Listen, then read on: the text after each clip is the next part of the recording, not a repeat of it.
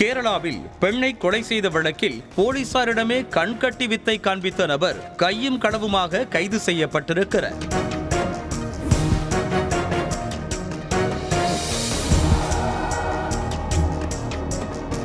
ஆலப்புழாவை அடுத்த கருணாகப்பள்ளியைச் சேர்ந்த மீன் வியாபாரியான விஜயலட்சுமி என்பவர் கணவரிடமிருந்து விவாகரத்து பெற்று 2 குழந்தைகளோடு தனியாக வசித்து வந்திருக்கிறார். இந்த நிலையில் கடந்த 4ஆம் தேதி வியாபாரம் தொடர்பாக ஆலப்புழாவிற்கு சென்ற விஜயலட்சுமி வீடு திரும்பாத நிலையில் பயந்து போன அவரது குடும்பத்தார் கருணாகப்பள்ளி காவல் நிலையத்தில் புகார் அளித்துள்ளனர். இதனைத் தொடர்ந்து வழக்கு பதிவு செய்த போலீசார் விஜயலட்சுமியை தீவிரமாக தேடி வந்தனர்.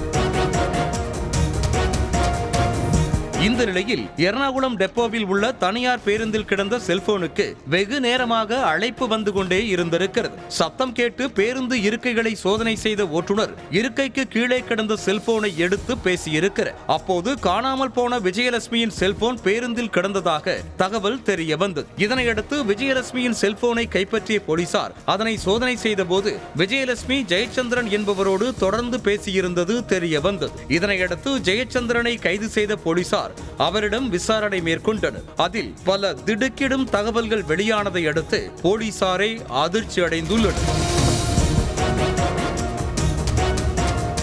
ஆலப்புழா கரூர் புதுவால் பகுதியைச் சேர்ந்த மீனவரான ஜெயச்சந்திரனுக்கும் விஜயலட்சுமிக்கும் வியாபாரத்தில் பண ரீதியாக பழக்கம் ஏற்பட்டுள்ளது. நாளடைவில் இருவரது பழக்கமும் திருமணத்தை கடந்த உறவாக மாறியதை தொடர்ந்து இருவரும் ஒன்றாக வெளியில் சென்று வருவதும் தனிமையில் நெருக்கமாக இருப்பதுமாக வாழ்ந்து வந்திருக்கின்றனர். சம்பவத்தன்று ஜெயச்சந்திரனின் மனைவி மற்றும் மகன்கள் வெளியில் சென்றிருந்த நிலையில் அவரது வீட்டுக்கு வந்த விஜயலட்சுமி ஜெயச்சந்திரனோடு சேர்ந்து அப்பகுதியில் உள்ள கோவிலுக்கு சென்றுவிட்டு மீண்டும் அவரது வீட்டுக்கு திரும்பியுள்ளனர். ஏற்கனவே ஜெயச்சந்திரனுக்கு விஜயலட்சுமியின் நடத்தையில் சந்தேகம் இருந்த நிலையில் அது தொடர்பாக இருவருக்கும் இடையே வாக்குவாதம் ஏற்பட்டிருக்கிறது. இதனால் ஆத்திரமடைந்த ஜெயச்சந்திரன் வீட்டில் இருந்த அரிவாளால் விஜயலட்சுமியின் தலையில் தாக்கியதில் மயங்கி கீழே விழுந்த விஜயலட்சுமி சம்பவ இடத்திலேயே பரிதாபமாக உயிரிழந்தார்.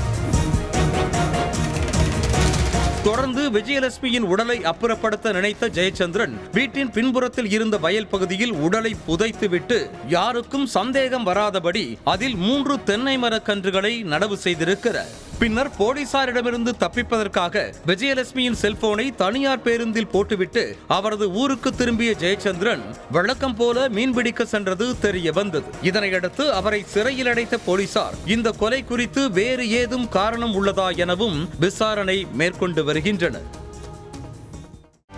செய்திகளை உடனுக்குடனும் துல்லியமாகவும் தெரிந்து கொள்ள சப்ஸ்கிரைப் பண்ணுங்க.